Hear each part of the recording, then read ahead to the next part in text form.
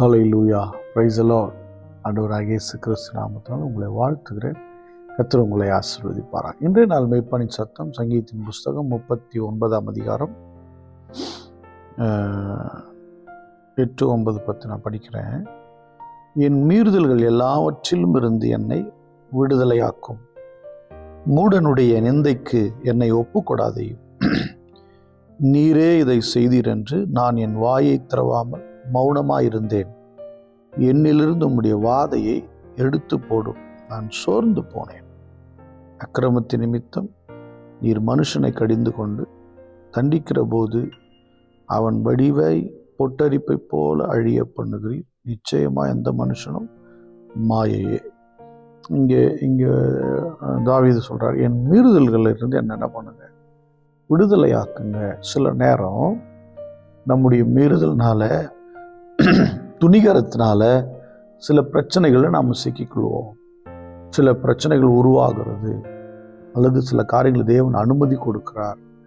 நமக்கு அது புரியாமல் நம்ம அப்படியே நம்ம செய்கிறதெல்லாம் சரி, நம்ம நியாயப்படுத்திக்கிட்டு அப்படியே ஓடிக்கிட்டே இருப்போம். நமக்கு பர்ஃபெக்டு, நாங்கள் கரெக்டு, என் பேச்சு கரெக்டு, என் செயல் கரெக்டு, என் நட கரெக்டு, என் வாழ்க்கை கரெக்டு, நாங்கள் மட்டும்தான் கரெக்டு, இப்படின்னே போயிட்டே இருப்போம். ஆனால் கொஞ்சம் நிதானித்தோம்னா தேவன் நம்முடைய சூழ்நிலைகள் எல்லாம் மாற்ற வல்லவராக இருக்கிறார். எத்தனை பேர் நம்ம நிதானிக்கிறோம்?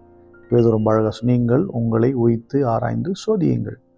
அப்போ எவ்வளோ அழகாக சொல்லுது. ஆனால் மக்கள் அப்படி நினைக்கிறது இல்லை.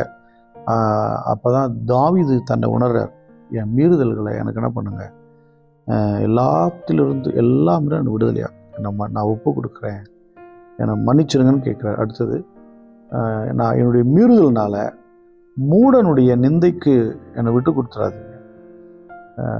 அறிவே இல்லாதவன், ஒன்றுக்கும் பிரயோஜனம் இல்லாதவன், வேதமே தெரியாதவன், அவங்ககிட்ட போய் என்ன பண்ணுறது, நிந்திக்கப்பட்டுறக்கூடாது அப்படிங்கிறார். அடுத்தது, நீரே இதை செய்தீர் என்று நான் என் வாய்த்திறம் மௌனமாக இருந்தேன்.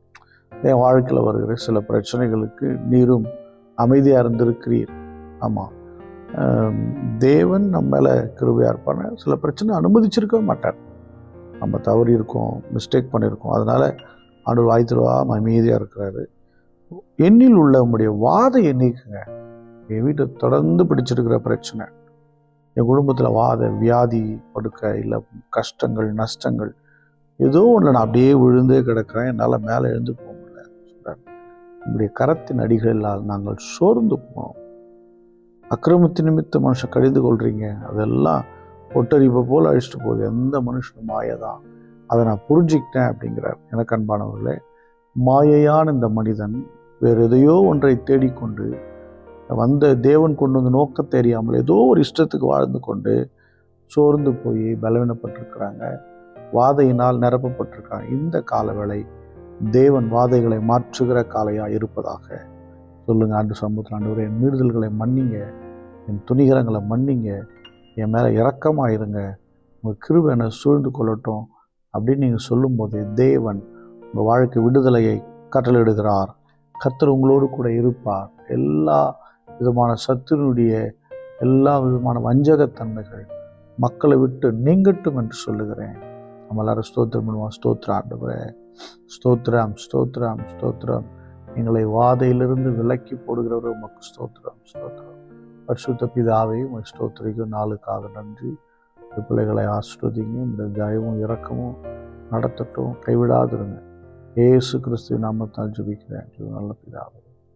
ஆமென். God bless you. Bye bye.